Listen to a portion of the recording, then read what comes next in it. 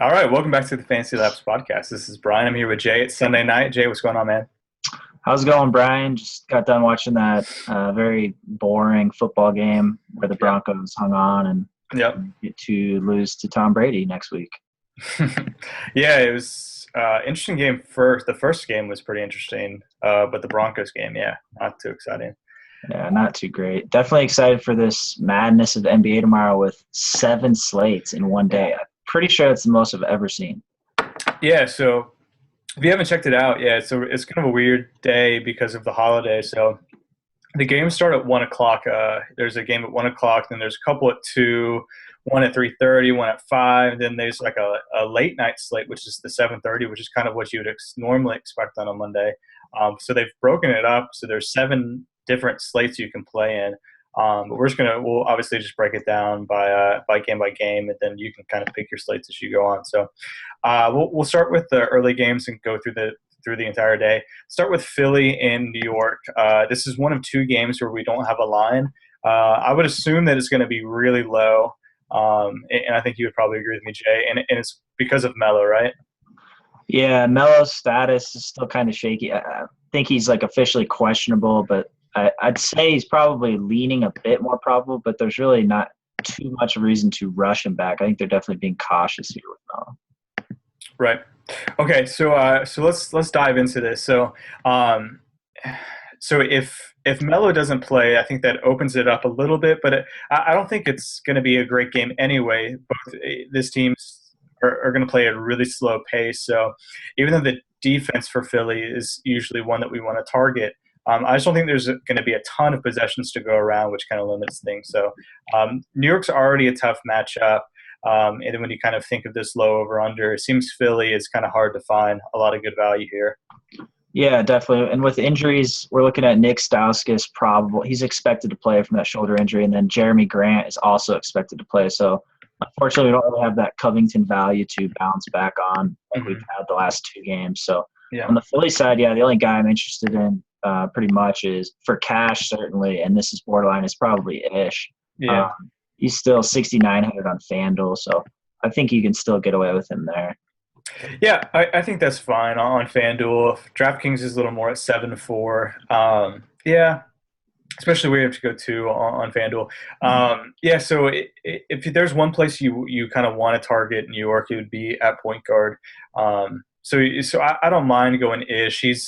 He's really, all these guys are tournament only for me. But if you had to declare cash, it'd be Ish. But really, the only guys I'm super interested in are Ish and maybe some Okafor in tournaments. Even though I don't really like targeting big men against New York either. I guess you could go Covington if you think minutes are going to be there, but it's tough to project him over 30 right now. Yeah, it's really tough with Stauskas and Grant coming back to kind of project Covington. They have a full rotation. The other guy I think you can have some exposure to is Nerlens Noel. Sure. A little bit. But I agree. Yeah, him and Okafor are definitely tournament plays only. Yeah, I think Nerlens would really struggle against Porzingis. So he should. Yeah. Yeah, I think Ja's a little more. He's a little more well-rounded in his offensive game. He can kind of go off the dribble and back to the basket. So I think he has a little bit better chance to score than Nerlens.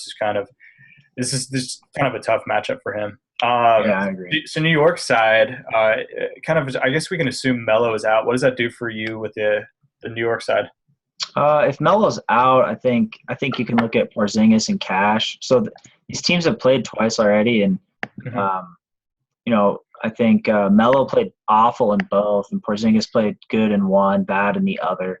But this is something with Melo out. I look at Porzingis the way he's kind of playing lately, and I'd be probably fine with him, especially on FanDuel and Cash. And then if Melo's out, I'd like Aflalo and Derek Williams for tournaments.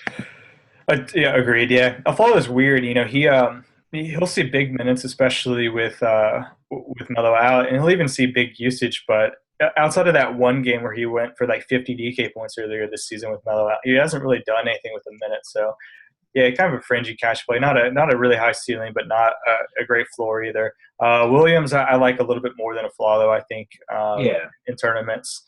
And that's about it. We potentially thought that Lance Thomas might see a boost with Melo out, but it looks like that's mostly Derek Williams and Aflalo. So Yeah, so with their last starting lineup with Mel out, they started Langston Galloway, who would definitely make for an intriguing play if he drew the start again. He's only 3,800 on FanDuel, and he played big minutes last game and doubled. So against Philly Mm, here, true. I'll Yeah. definitely take a hard look. Once we have the starting lineup, and if he's Yeah. in, I think he's a great option at that price for a punt play. Yeah. Yeah, for sure. He's 38 on DraftKings as well, so real cheap. Okay, let's keep on going. Portland at Washington. We do have a line here. This is starting with the 2 o'clock game, so different slate here. But let me pull up the lines. My computer's being slow. Do you have the lines in front of you? Yeah, I got Wizards are favored by 4.5, and the total for this game is 212.5. 212.5. Okay, yeah, 212.5. So pretty good total here. Yeah, all right. So I'll kick back to you for injuries. I think there's quite a bit, especially on Washington side. Yeah, it's always Washington, man. Like I haven't looked it up, but I'm pretty sure they've missed more games than any other team. They have to be up. They have to be. Yeah, definitely. So yeah, we got Beal, who was out last game for rest on the back-to-back. This isn't the second leg or anything, so we're expecting him to fully play in this one. Otto Porter's still questionable with a hip injury. Humphreys and Gooden, I think, are both doubtful. And even if Gooden is questionable, you wouldn't consider him too strongly because Gortat's back. So Right. kind of write those guys off, and then no notable injuries on the Blazers side. Cool. So let's dive into the Portland side. Interestingly enough, Damian Lillard was killing it. I mean, he was probably the hottest guy in fantasy for a little bit, and then really crapped the bed here against Philly last game. He played 30 minutes and only put up 19 DK points. Shot 4 of 18 for 22% from the field. Awful. But I can't imagine that's going to continue. He was killing it before then, and it seems like a pretty nice bounce back spot here against Washington, who, we've said all year they allow threes like crazy, and Dame is probably one of the best three-point shooters in the NBA, so it seems like he's in a really good spot here.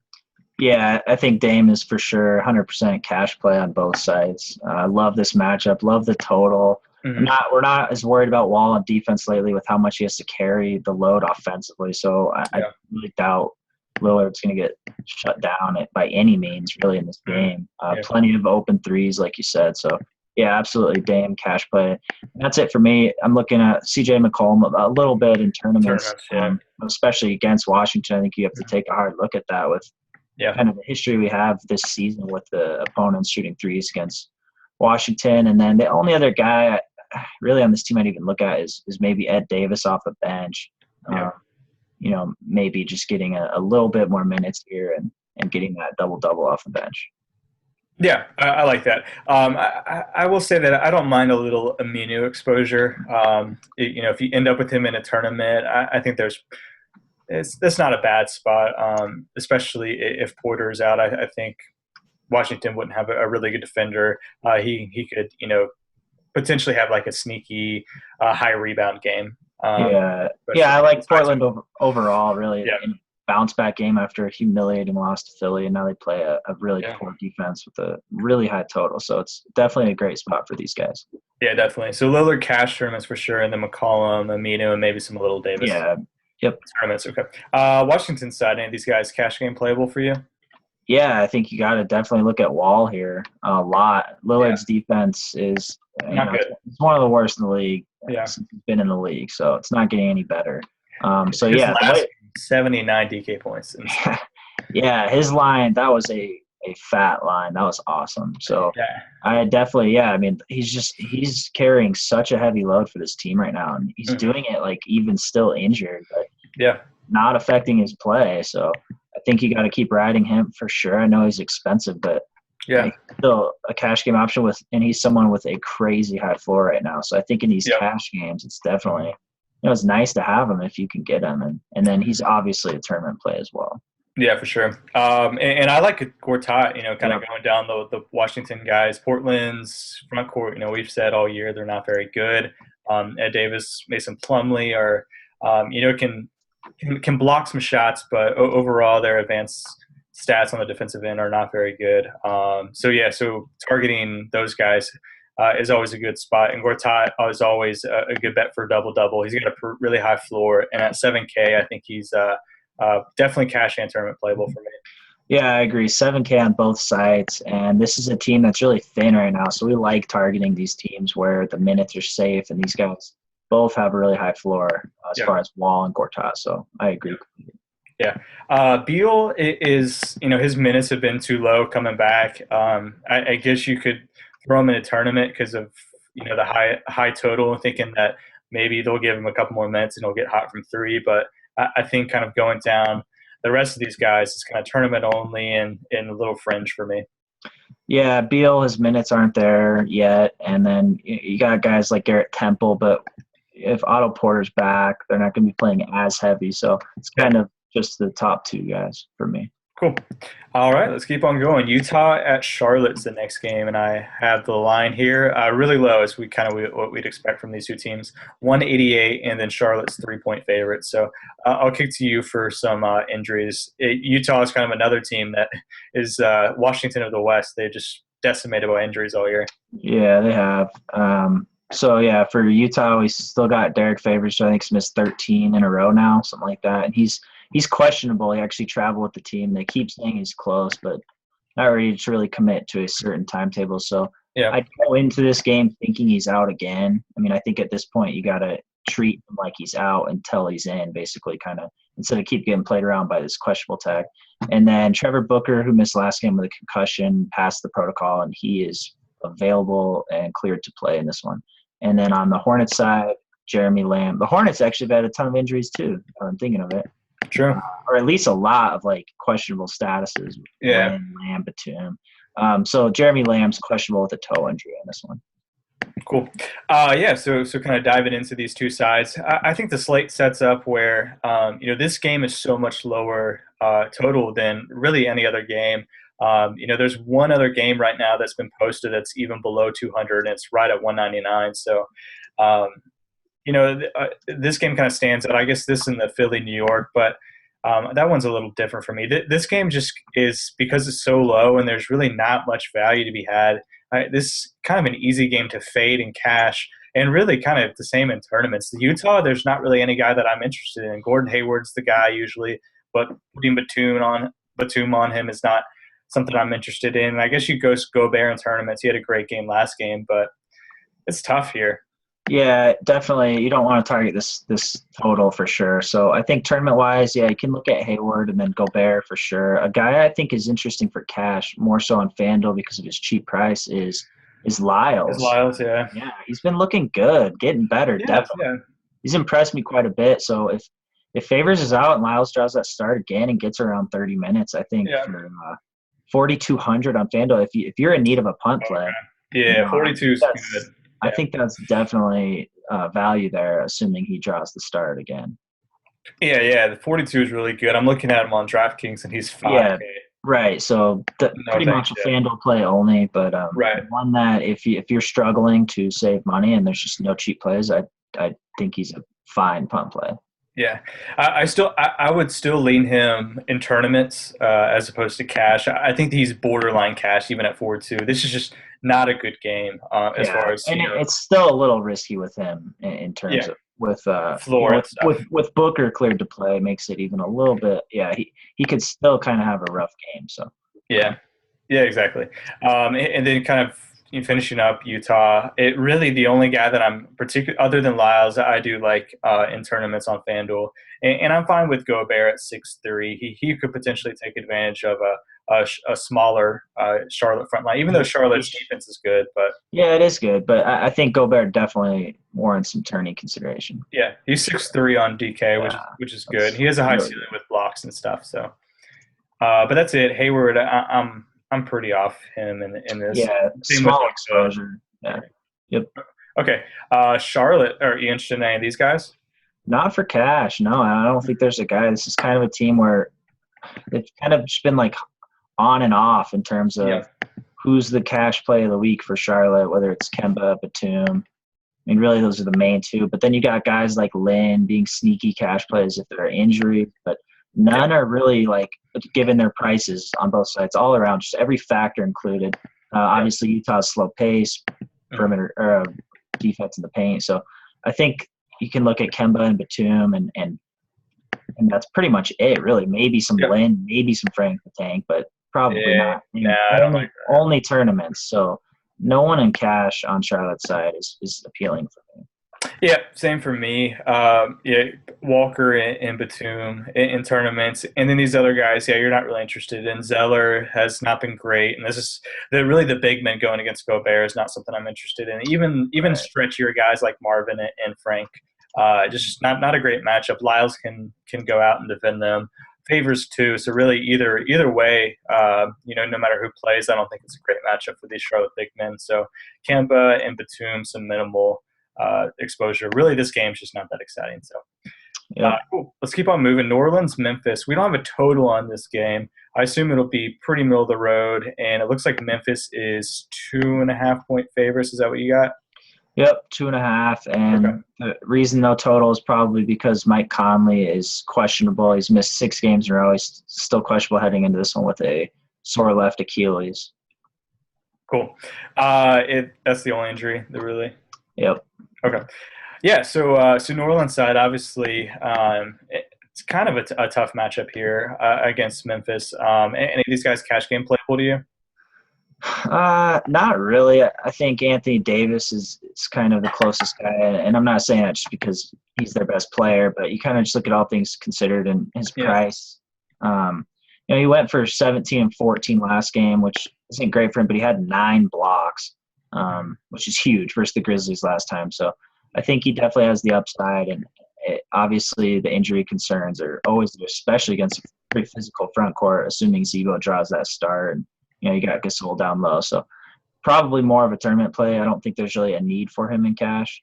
And then with Tyreek, I'm a little bit worried about his minutes. So it's not kind of the guy I'm looking at in cash. I'll still look at him in tournaments, but I think I'm kind of off him. He's been kind of battling with that knee injury that's held him out a lot of games lately, and had surgery on. So I'm not expecting him to get those 40-minute games really where we can go him in cash. So really no one on this team for cash. Yeah, same. Yeah, they're pretty much all tournament plays. Anthony Davis at 10-1, I think is fine. If you just really want to play him, but we've said all year that Anthony Davis, just with the injury risk, is kind of a iffy cash play anyway on a big slate. I get it on a smaller slate if you just can't, if there's no one else, I get that. But on a big slate where you have guys like Dame and John Wall, who are a little similar price point, you can get them and pay up for those elite floors. I think it's hard to justify Davis. But obviously he has a high upside, so I like him in tournaments for sure. And then, you can look at the kind of the usual suspects. Tyreek, I get that he has the minute downside, but he obviously has upside in terms of, if he does get the minutes, he can go off.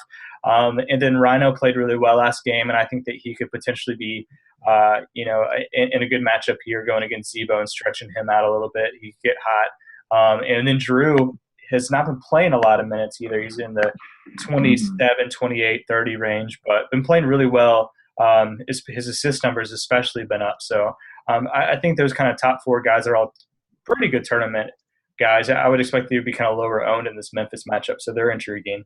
But kind of tournament only for me. I'm with you. Yeah. Memphis side, any of these guys? I think I definitely love Marc Gasol a lot. He's been playing really well lately, heavy minutes like we like to see from him. And last time they played New Orleans, he went for a huge game, 38.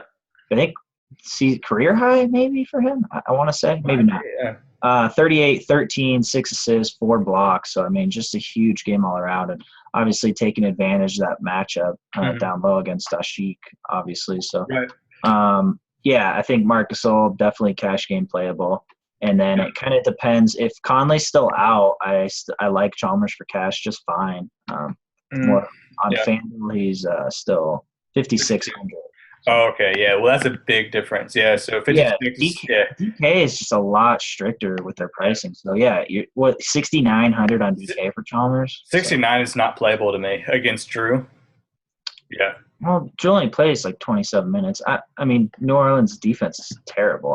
I'm not worried about that. That price, I agree, it's too much. FanDuel, definitely Chalmers in play if Conley's out. If Conley's in, obviously Chalmers isn't an option. Because Chalmers played 29 minutes last game. Yeah, his minutes have kind of been like a little shaky. Yeah, so that's why I'm worried about it. If he only gets 30 minutes and so does Drew, I don't know. Right, You know what I'm saying? Yeah, I don't think it's super safe. But I don't mind that risk a little bit more on FanDuel where he's really cheap and you got to get two. But DK 6'9", DK you don't need him. And then Gasol though for sure, yeah. Yeah. Oh, Gasol. Yeah, I think he's cash for both sides, and Turney obviously too. But me too. And I'm expecting them to keep their same lineup, but we'll make note. We'll see what they do. But with Chalmers or Conley over starts, and then Courtney Lee, Tony Allen, Zebo, and Gasol. So with Green and Barnes off the bench. Yeah. Right. So of those kind of the lower end guys, Zebo and Barnes and Tony Allen, all these guys, I think I would prefer Tony Allen in tournaments, but I'd probably go with Zebo. With the start. Yeah, just with his ability to kind of put up points and high usage rate compared to Tony Allen, kind of relying on like really rebounds and steals for him to kind of crush it. Yeah, but it's definitely possible. Yeah, team, so. I think there might be a bunch of those potentially. There should be a lot of turnovers for sure. Yeah, cool. Okay, let's keep on going. Chicago at Detroit is the next game we'll hit on, and total is 202.5. Detroit is 3-point favorites. So it's some pretty devastating news for Chicago. Joe Kim's going to be out for a while.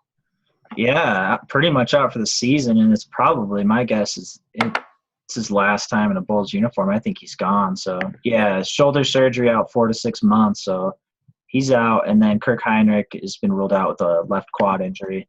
And then on the Pistons side, we got Brandon Jennings, who jammed his left ankle, and he's 50-50 to play. So we'll see on him. Cool. So Chicago side, how do you think the minutes shake up for the Chicago front court now with Noah out? Well, I mean, you'd think Portis would step into a little bit of a larger role, more than like 8 minutes he's been playing, but it's kind of tough to say. I think if they're going to keep starting Tony Snell at the 3, and Nico off the bench can obviously handle a good chunk of minutes, even with how bad he's been playing lately.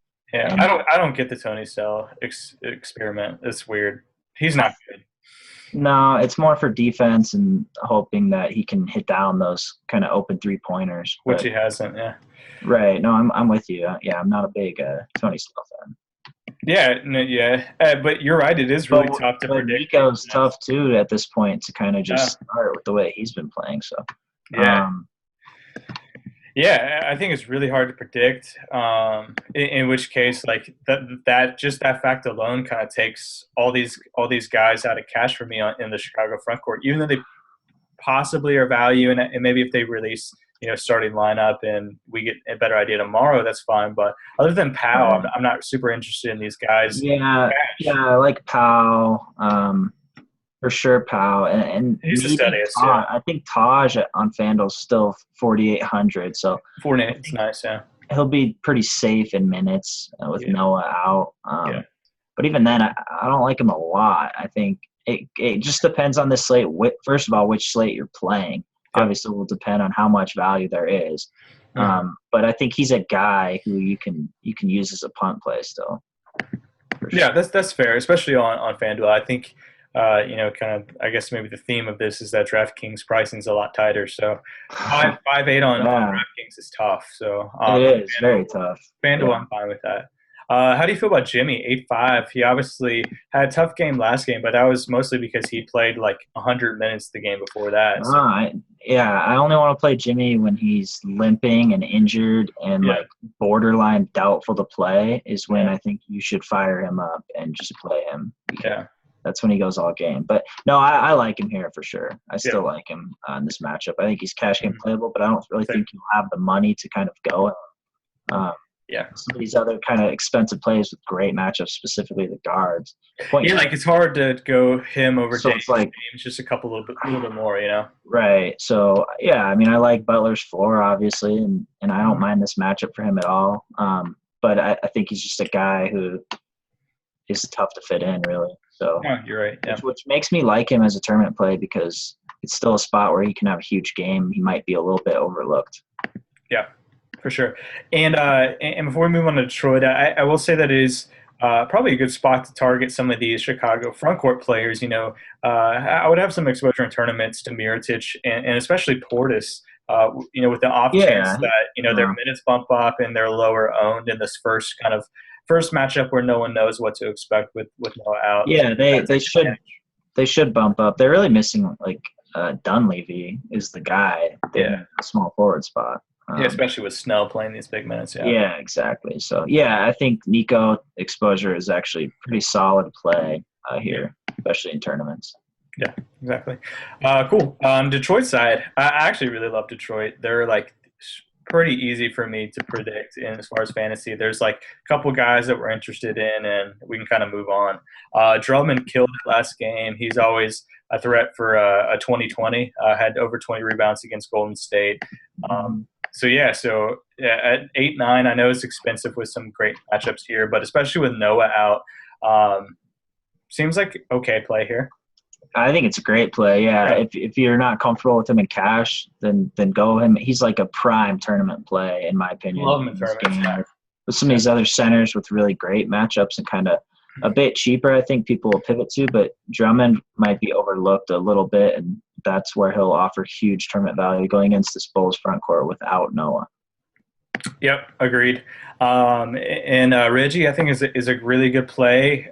In tournaments. If Brandon Jennings is out, then yeah, I love Reggie in tournaments because minutes will be a bit more secure. They still have Steve Blake, who Van Gundy loves to give minutes to still. But yeah, Reggie's definitely a tournament play.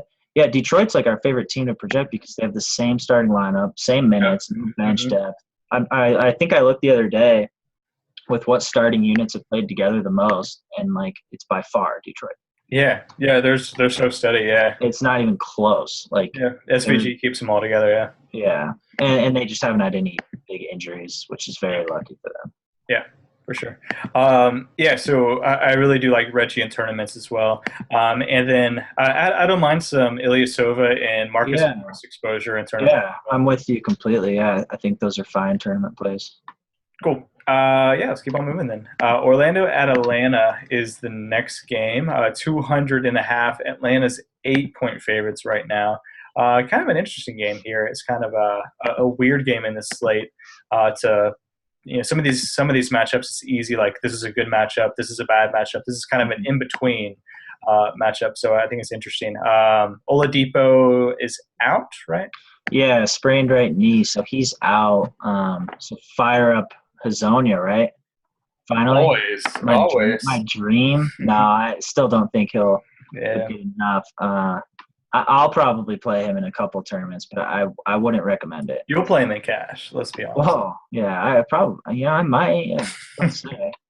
I don't know what slate I'm even gonna play with all these slates. Like, if you play 7 slates, you might end up with Hazonia. Yeah, you play all 7, and you want to mix it up. That's how you get real full exposure. You play 7 slates in one day. I like that. Yeah, you gotta have exposure to everyone.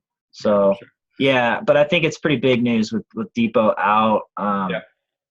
It's tough.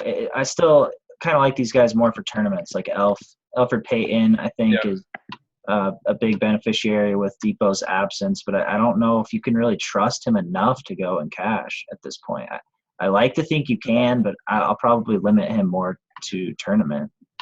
They still got Napier and I have no reason to trust him in cash. I mean, even just looking at just how he's played lately, it's worrisome to me. And I don't think his minutes are safe too. I don't think that Oladipo being out automatically bumps him up to the 30 range, which is where we want for cash guys. So I think he will, but yeah, you're right. There is still risk. I would think he'll I think he would be around 30, but I wouldn't like bet like my cash game lineup on it.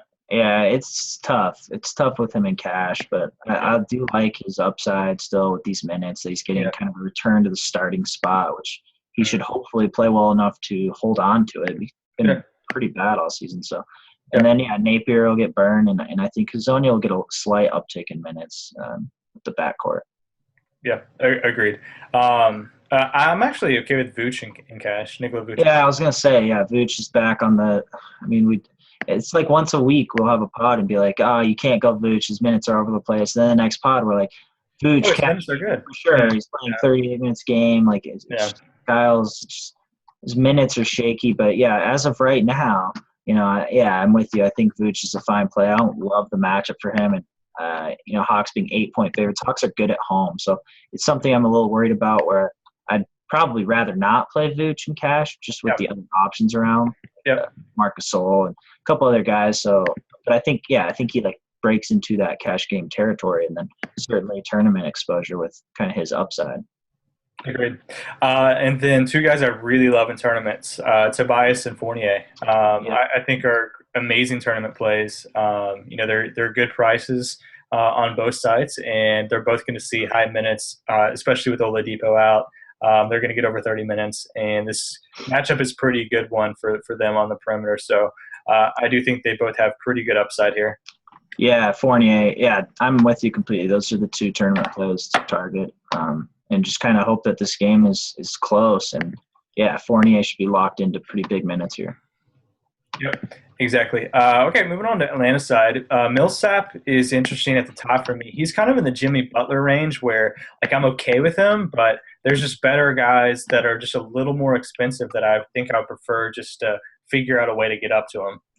Yeah, that's a really good comparison, him and Butler, because they have kind of been similarly priced most of the season, and they're both very consistent and have huge ceilings, but they're not always highly owned in cash games. I think Millsap's the guy. I think you can play more just with the way power forward kind of shapes out sometimes. With a lot of times people kind of punt with their shooting guards, but yeah, Millsap is, I think, a cash game play in this game. But like you said, yeah, it's kind of how we feel about Butler in terms of, if you can afford him, that's great. But if you can't, you don't have to like make sure he's in your lineup. But yeah, he's played well. He has plenty of upside. Has a really, really high floor. Super safe player. Love this matchup for him for sure. So yeah, I think he's probably like near the top. I'd rather go him than Anthony Davis, considering price points. Me too. Yeah, considering price points. Yeah. So Millsap's a guy I'm definitely looking at that I'd like to play. It just kind of depends on your roster. Agreed. Yeah, I'm in the same range. And then the rest of these Atlanta guys, I've talked before both in kind of riding up the pods, and I think I've talked about this on the actual audio pod, is there's kind of a no-play zone for me where it's a guy who doesn't have a high enough ceiling to play in tournaments, but also doesn't have a high enough floor to play in cash games. So it's kind of just not playable in either spot.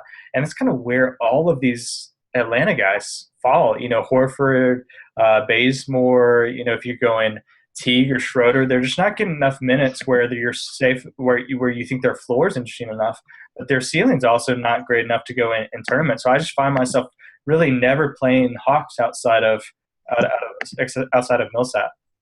Yeah, I agree. I think Schroeder's the guy you look at. He had a huge game off the bench last game, and if this game 20 minutes, yeah, it's crazy. Yeah, so if this game gets out of hand or he sees still good minutes and plays the way he's been playing, I think he can definitely put up a near double in very limited time to certainly pay off his price. So he's a guy I'd look at in tournaments a little bit here.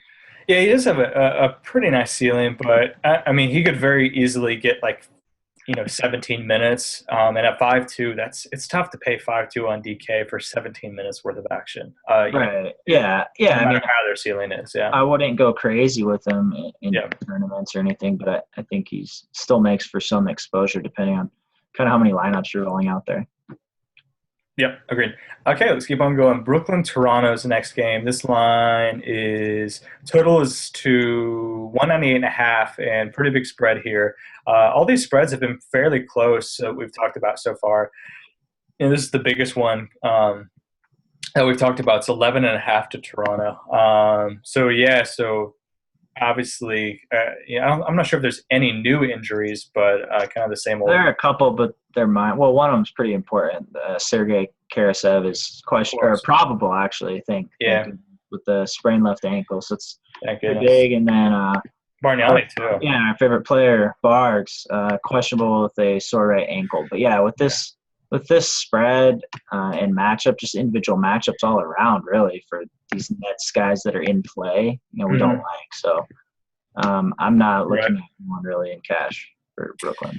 Yeah, I mean it's hard to. The guys, really the only guy that was ever in cash, even lately is Brook Lopez, and it's his minutes, even despite all of their injuries, have been low. I mean, he's getting like 28 to 30 minutes, and in this matchup against Toronto, where they're good down low, with JB and Biombo, it's just not a really good spot, especially with that spread. So yeah, Yeah. Brooklyn's kind of tournament only for me.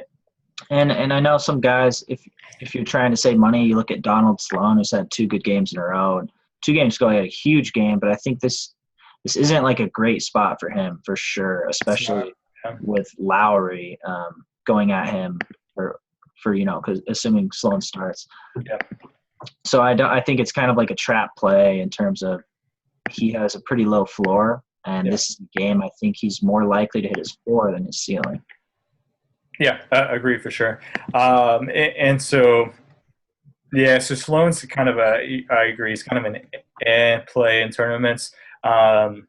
Brooke and Thad are the guys we usually look at. I think they're okay in tournaments, but really just kind of average to below average plays in tournaments. Yeah, I agree. Yeah, Brook and Thad tournaments. Sloan you could do if you're in a pinch and you really, really are desperate to save money and punt your point guard spot. Yeah. But it's just something to be cautious about that he could still hit kind of around his floor and he might kind of burn your lineup.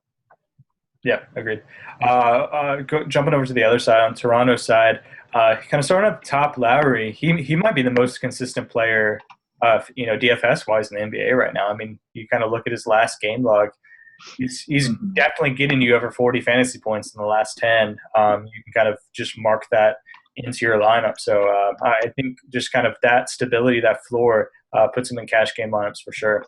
Yeah, and 9K on FanDuel, and let's see, 87 on DK. He's actually cheaper on DK. That's amazing. Which is rare. Yeah, so that's usually a good sign to look hard at him on definitely DK. Cash. This is a very easy matchup for him. They'll have no problem scoring all game against this defense. So I think Lowry's floor, like you talked about, will be very safe in this one for him to reach. So certainly cash, and then I think DeRozan and maybe some Valanciunas possibly. I think both tournaments. I'm even okay with him in cash. Cash, Val, he's pretty much right there in that spot. That has to be discussed. That's kind of a mid-price guy. Yeah, Lowry, DeRozan, and Val, I think are all great plays. Lowry's obviously the best cash, but Val I think is fine in cash, and I think all 3 are great in tournaments. So roll out some Raptors tomorrow for sure. Yeah, agree. Cool. Any other guys? I think Corey Joseph is pretty sneaky. He's been playing some good minutes lately, over 30 in the last 2. And you would expect maybe he'll get a little bit extra burn if the spread gets a little out of hand, and maybe he plays some backup minutes to Lowry in the fourth quarter. So I think it's certainly possible, and 4,100 on DK. So I wouldn't mind him in some exposure. Yeah. Okay. Let's keep on going. This next game is obviously the game that everyone's looking forward to, Golden State, Cleveland. We'll talk about in DFS terms, but obviously really important game, really interesting game in real life. Finals rematch. Golden State won on Christmas. We bet on it. I owe you a hat, so I got to get you. Yeah, you and Justin need to stop betting with me on these little side bets. I know, crazy. But pretty big game for sure. I'm excited for it. I can't wait. Yeah, definitely. It's going to be good for sure. So total here is 206.5, and Cleveland is favored. So they're 3-point favorites at home, which is a pretty good line, I think. So I'll kick to you. So injuries, are they healthy here? They're both healthy except James Michael McAdoo is doubtful with a toe injury, but he's pretty minor part, obviously. So. Is Mo good? Mo Williams? Mo, it's kind of, he was playing. He's kind of out of the rotation, so I think he can be considered doubtful.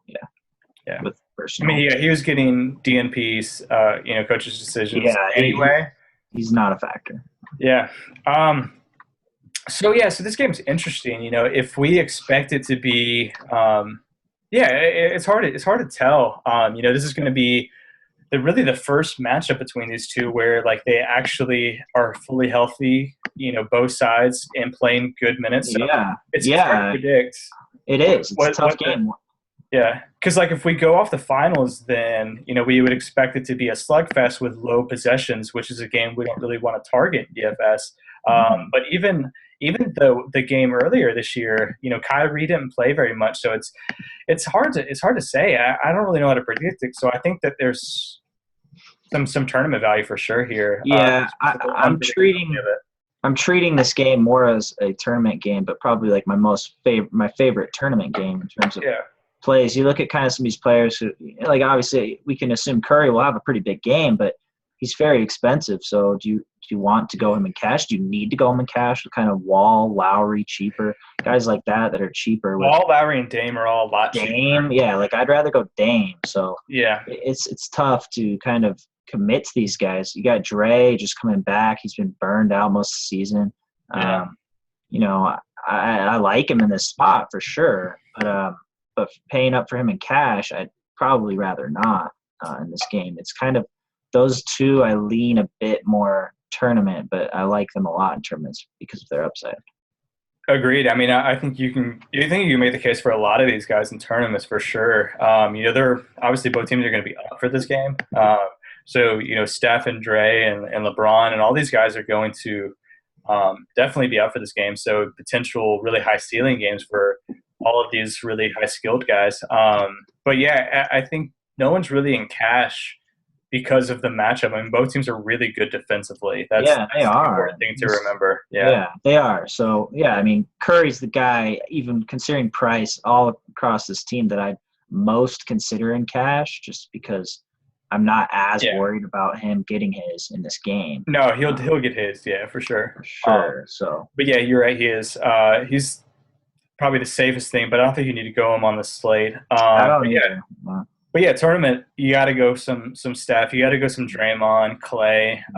Yep. Those are the top three for me. Obviously, that's not saying a whole lot. Right. Yeah, Barnes in the starting lineup, I think with 30 minutes can put together a decent line, but it's something I'm not really expecting with the kind of usage distribution with the starting five and kind of. I think he'll play well in this game, but I don't think it'll translate enough to DFS to where we're kind of jumping on him. Agreed. And I think you potentially, Iggy is going to get some minutes against LeBron, but he's going to be so focused on defense where I don't think those minutes are going to translate into fantasy. Yeah, I agree. I'm not expecting Iggy to have a full line that translates well for our purposes. Yeah. Bogan I'm fine with in tournaments. I think that he's got a fairly high ceiling if they get him involved in the offense and distributing from the high post. So he's okay if you're kind of looking for a lower price guy in this matchup. Cleveland side, kind of the same deal. I'm not really interested in these guys in cash. I think if there was a cash guy, it would be Kyrie for me. Yeah, it appears like he's completely off his minutes limit. So I'm with you. Yeah. Right. Yeah, Kyrie's definitely playable here, I think. I don't mind the matchup really for him. We've seen kind of what he can do against good defenses anyway. So I like him. I like the way he's playing. His price is fairly soft for his upside. And it's real soft. Yeah. So yeah, he's a guy I think you can look at, especially kind of considering this high total and close spread, that I think he will play pretty heavy minutes here. Yeah. So For sure. And then LeBron I think is more tournament, more of a tournament play for me. And same with Kevin Love, more tournament. Yeah, I love Kyrie in tournaments. He's probably my favorite tournament play in this entire game. At 6'9", has relative to his price. Yeah, right. Yeah, at 6'9", great play. Yeah, he can. I think he has the potential to have a huge game in this one. Yeah. Any interest in maybe some Tristan? Oh, we saw Tristan head to the bench last game, pretty late for starting lineup. Mozgov got the start, so yeah, we'll see if they keep Mozgov there. I'd imagine they do, but either way, it's kind of this is a game I think with Golden State probably going small for a good bit. That Tristan in his time on the court could probably get a kind of decent stat line. Potential double upside. Yeah, for sure. With his size and kind of going against a small ball unit, I think has the potential, but it's not like one of my favorite tournament plays or anything. Yeah, no, definitely not. I really just kind of looked at him because of Blatt really utilizing him well in the finals last year. We saw that he could be effective as that small ball five. Got him all that money. Yeah. Yeah, Yep. got him paid. And then also we're overlooking our favorite part about this game is Delhi versus Bogut. Were they the top two dirtiest players, or I was think Bogut? they were. Bogut was like 3. There was a vote where Yeah. players and coaches voted on the dirtiest player. No surprise, Delhi was. Delhi was obviously number one, yeah. But Yeah. Bogut was up there too. So. Bogut's up there, yeah. Bogut's like we talked about. He's a smarter, dirtier. He's a smart dirty player. He's just sneakier about it, yeah. Very sneaky. So yeah, we'll see if there are some dirty antics in this game between two Aussies. That's true. Yeah, for sure. Okay, let's keep on going. We got 2 more games left. Boston, Dallas is the next one we'll hit on. Close spread here. I think it'll be a good game. Over-under is 204, and Boston is 1.5 point favorites on the road. So I'll kick to you. I'm not sure there's any injury news here, though. No injury news, but the Mavs are on a back-to-back. And sure. we talked about this last time where they could sit everyone. Yeah, and last time I was like, well, they just sat some guys, so I doubt they will. But then the game went to overtime, of course. So right, depending on what happens in the game tonight, we can't definitively say that no one will sit. So it's something obviously to keep your eye on. Mm-hmm. I'd guess as of now that they don't sit anyone. Yeah, I would guess that too. Given the fact that if they do, then that obviously changes a lot on this slate. But this is a game that's really late. If you're doing the full day slate, especially on FanDuel, you kind of, you can't. I don't know. How do you treat it? If you have a lot of tournament entries, are you going any of these guys on the chance that they do rest? It's kind of tough on FanDuel because on DK you can wait swap, but even then it's still asking quite a bit to lock these guys in and wait. What, like 7 hours to see Dirk is out or something. Right. And I think that it would be like if it was a different team, if it was a different team that was doing this where a lot of these guys were high upside guys, then I would be fine with it. But I'm never really looking at Dallas guys in tournaments anyway. Like Dirk and Zaza are their 2 most interesting DFS guys, and they're more cash guys for me always than tournaments. So it's really not that hard in tournaments for me just to especially on FanDuel, just say I'm just going to ignore this team for tomorrow, especially with kind of how the slates are breaking down. Yeah, I agree. Dallas is more. I mean, it's tough to do anything with them really at this point with all of them healthy.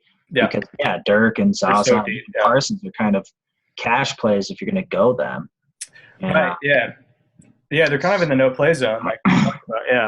Just not a super high ceiling, but also the floor.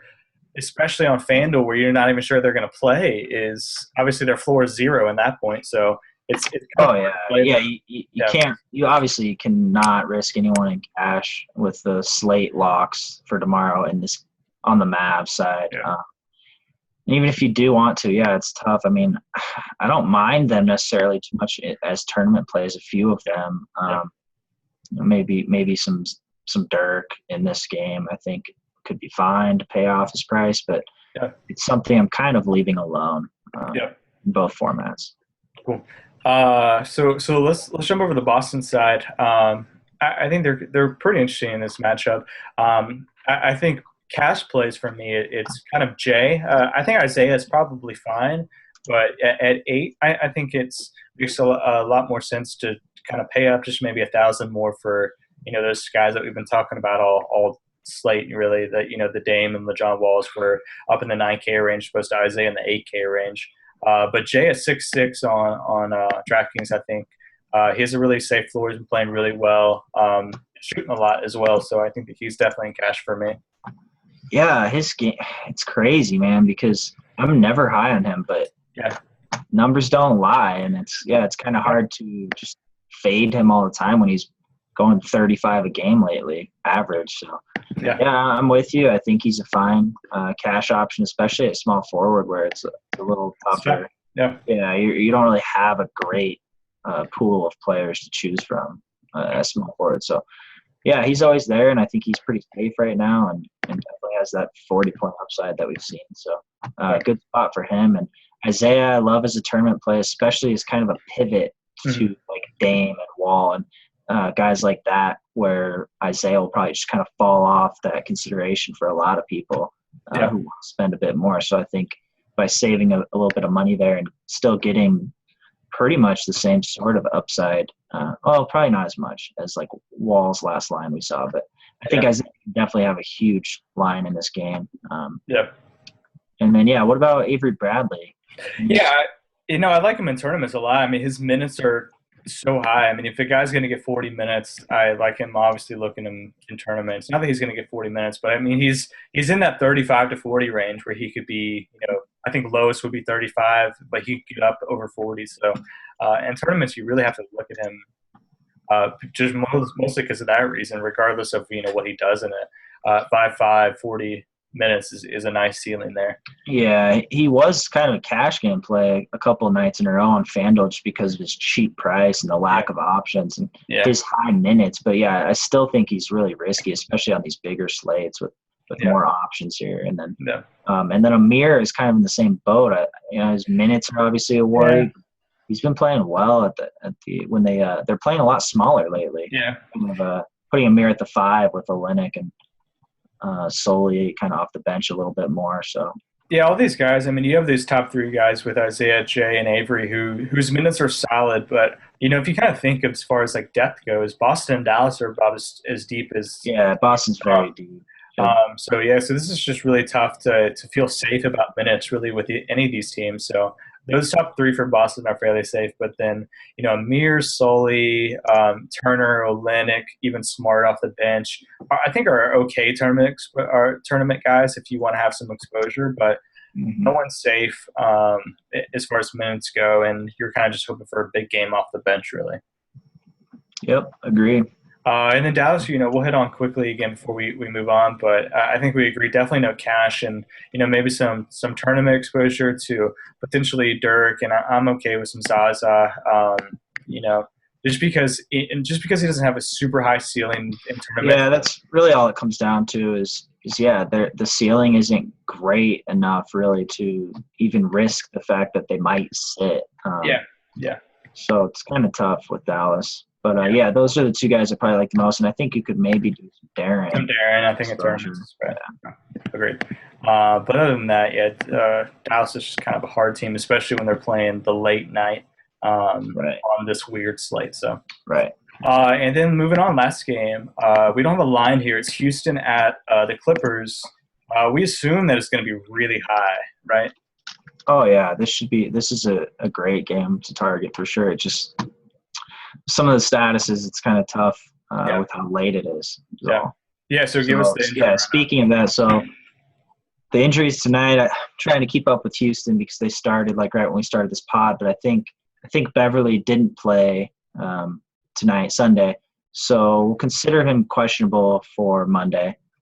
Jason Terry played tonight, so we can assume he'll play. It was just illness anyways. Dwight played, but this will be a back-to-back, so we'll kind of see how his oblique holds up and if he is even going to go full minutes on this back-to-back. So I think at this point we've talked about a few centers that we like a lot. I think you don't need Dwight. I think he's a course kind of tournament play.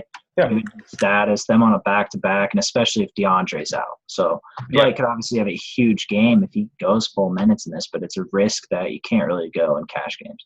No, you definitely can't. And then speaking of DeAndre, he's the Clippers. He's still questionable with the illness. So we probably won't know, certainly by the main slate lineup block, that he's out. And again, we just talked. We have plenty of centers that are especially in that price range that you can comfortably pivot to. But the problem is Cole Aldrich is a great play, but you just kind of won't know for sure that he's trying to start. Right.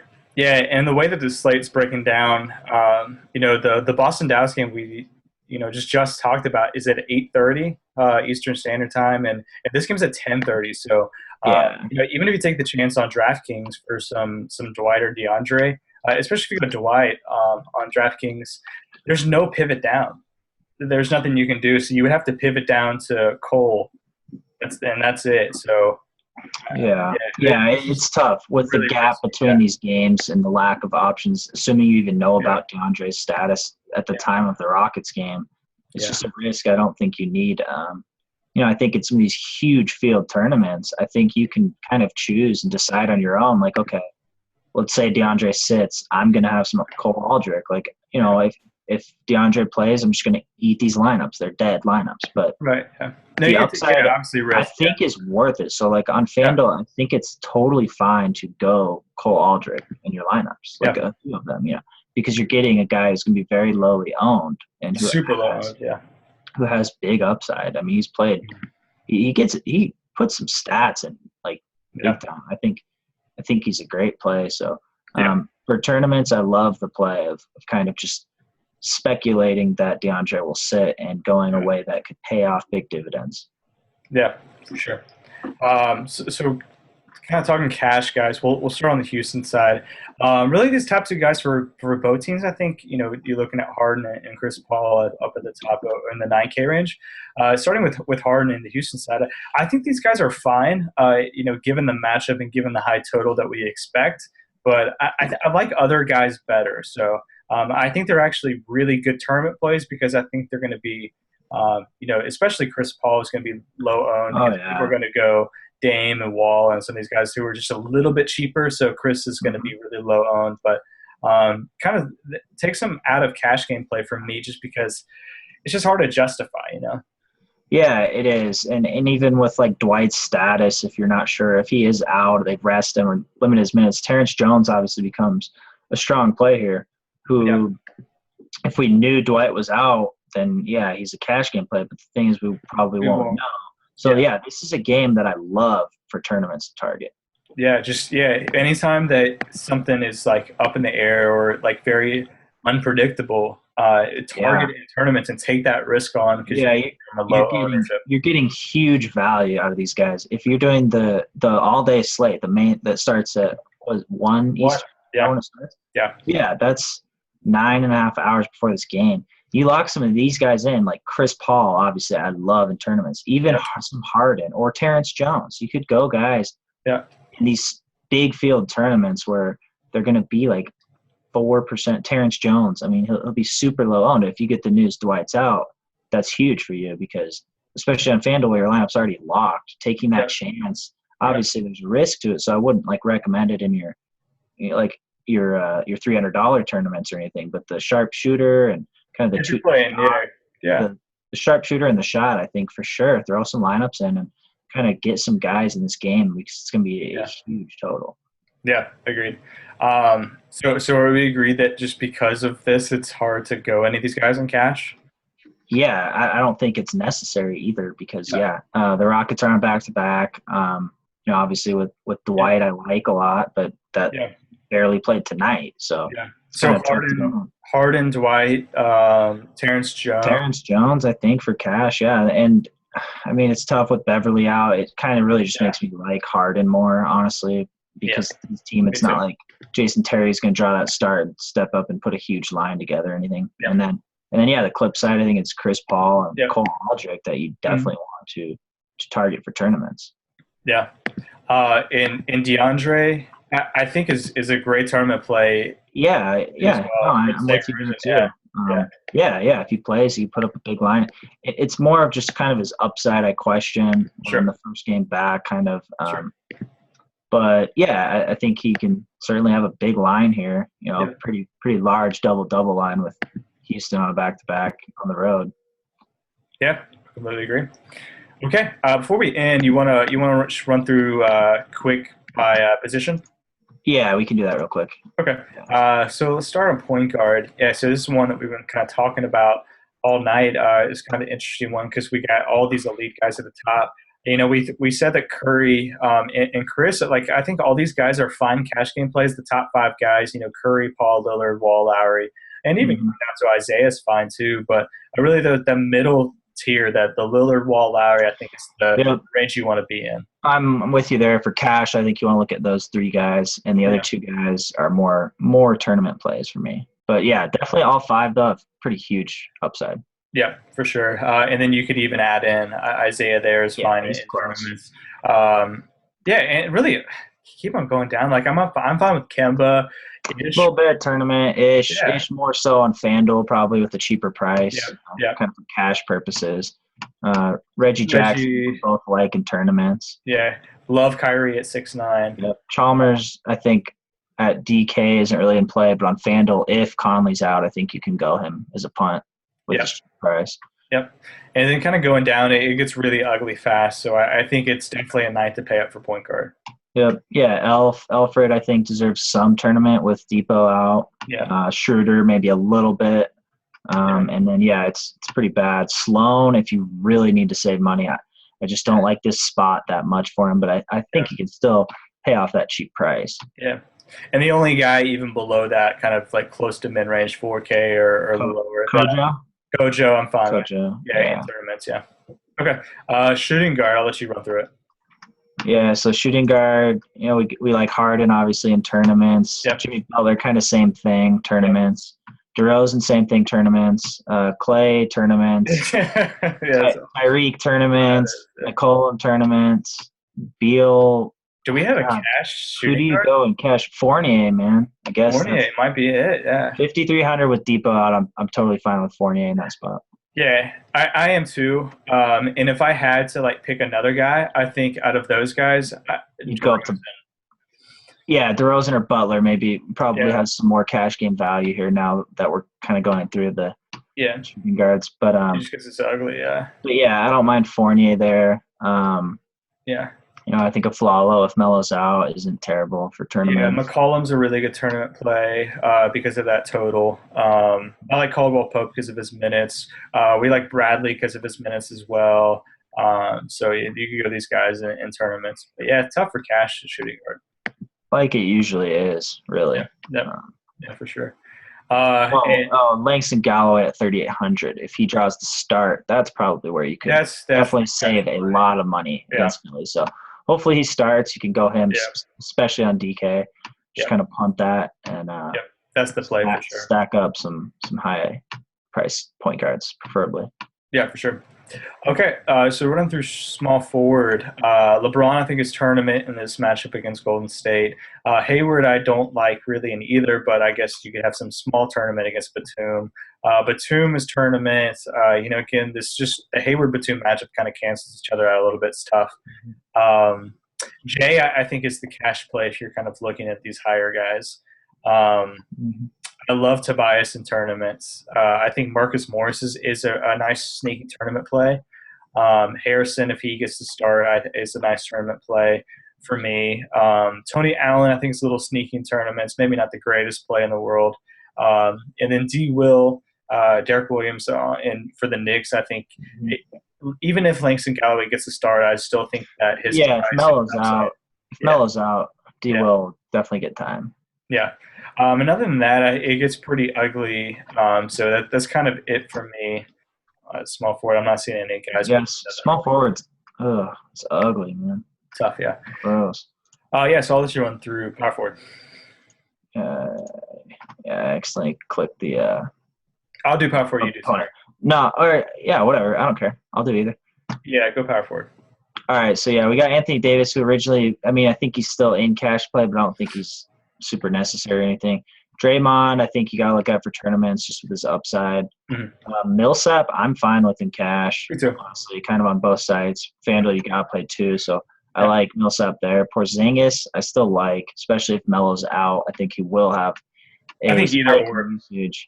Yeah. Oh, well, yeah. If Melo's in, I probably just tournaments, more tournaments. But if he's out, I'm fine with him in cash. Trying to go guy here. Kevin Love, I think you can have some tournament exposure with, and then Thaddeus, a little bit of tournament exposure. Zebo, I think, is interesting. It's a pretty cheap price, but we've kind of seen him be a bit inconsistent even with starting. I'd probably lean him a slightly more tournament. Nerlens, we don't like the match, but also not one of our favorite tournament plays, but I think you can have some exposure. Dirk, just you kind of, he might not even play. So very limited shares of Dirk with his kind of lack of huge upside that will push you up in tournaments. Rhino, I think you can have some tournament exposure too, especially the way he's been playing. Mirotic kind of depends. I mean, him and Taj are the same. Do you, Taj is 5,800 here. So Taj on FanDuel, I think, is in that punt cash game range if you need to save. Otherwise, he's kind of dead on DK. That price isn't great and his upside isn't great. So yeah, Nico, I think you can have some tournament exposure. I actually kind of like him in tournaments quite a bit. Ilyasova, a little bit of tournament exposure. Amir is in a tough spot. I think he's more of kind of a cash game play, but he's still a bit too risky. Yeah. He has upside, but it's just kind of rare with that front court depth. So Tristan, with the way he kind of played in the finals and made that paper, he could warrant some exposure here, even though he it's a big slate, so maybe not a whole lot. Yeah. Trey Lyles, 5K. More on FanDuel though. Yeah, FanDuel. If Favors we're assuming stays out, then I don't mind him really in cash that much. I think he's a nice sneaky play. Terrence Jones, I think you can have some tournament exposure to, especially if Dwight kind of going into tonight's game with an injury and being questionable. If he starts tomorrow, that's huge for Terrence Jones, obviously. So I like his upside at a cheap price. Yeah. After that, I mean, maybe Ed Davis, but not a great tournament play. Maybe a few shares if you're pumping out quite a few lineups, just hoping he can get that double-double. Yeah. Bobby Portis, maybe a little bit if he finally gets to see minutes with Noah out, but it's still not guaranteed at all. Yeah. Not a whole lot of like lower price power forward value. Yeah, I'm pretty sure you don't really want to go Portis anyways, but certainly not really lower than him. There's not much need I'm seeing, unless we get news that the Dallas starters are resting and some of these guys open up. Yeah, for sure. Center, I think, is a good spot to maybe fill in last on your cash game lineup, just because I think there's a lot of guys at a lot of different price tiers that you could go in cash. I think Drummond and Powell, if you're kind of going high, I like Drummond at his price better than Powell, but they're both cash playable for me. Howard and DeAndre, we talked about that late games, can't go in cash, but great tournament plays. Gasol is fine in cash for me. I'm probably going Gasol in cash. That 7-6 I think is the spot. Brook is tournament, even though that spot's tough. Vooch is cash for me, but I don't mind paying up $400 more for Gasol. Gortat's cash for me. Horford. You could play 2 cash on DK, really, with kind of the Gortat, Vooch, and Gasol. Yeah, for sure. Okafor, I think, is a tournament play. Same with Gobert. I think is a really good tournament play here. Zaza is a great he's not a great tournament play. He's okay. Really either place. Maybe the time of the game takes him out of cash. Maybe the upside takes him out of tournaments. So maybe not a whole lot of Zaza tomorrow. Right. Valanciunas, I think, is in cash for me here. So if you kind of like just end up with a 6K guy as opposed to in the 7-6 range for Gasol, I'm fine with going JV. And kind of going down, I think you have some exposure to in tournaments to maybe Olynyk and Bogut. But definitely Cole Aldrich, a little bit of exposure. Yeah, Cole. Yeah. I like. Other than that, not a whole lot of cheap minimum salary guys. So, but pick your spot. At 6K on, there's a guy at really every range. So maybe finish your lineup with the center and kind of see where you end up, because there's options for you, kind of where you're at. So yeah, definitely. And I just want to stress, kind of just looking at this slate from afar, step back, kind of not breaking down every play, but just as a player, to maybe kind of scale back a little bit with just how many slates there are. It's really tough. You got to remember this is basketball and anything can happen. Yeah. You can get a lot of late scratches. I mean, just think about a normal day, what happens before 7 p.m. and realize that your team's going to be half locked or whatever by that time. So I think it's smart to kind of pick your spot, make sure whatever slate you're playing. Maybe get more tournaments. Yeah. I mean, I love it for tournaments, going some of these late game guys, taking a little risk and going some of these Cole Aldrich type. Chris Paul, I think, will be underowned. So I think for cash, it's pretty risky to put a lot on the line on these slates with there being 7 slates. So just definitely realize that you're not going to know the status of a lot of players by the time you make your first lineup and kind of pencil it in. So my advice, maybe just scale back or maybe focus a little bit more on tournaments overall. Yep. Well said. All right. Well, we will end it there.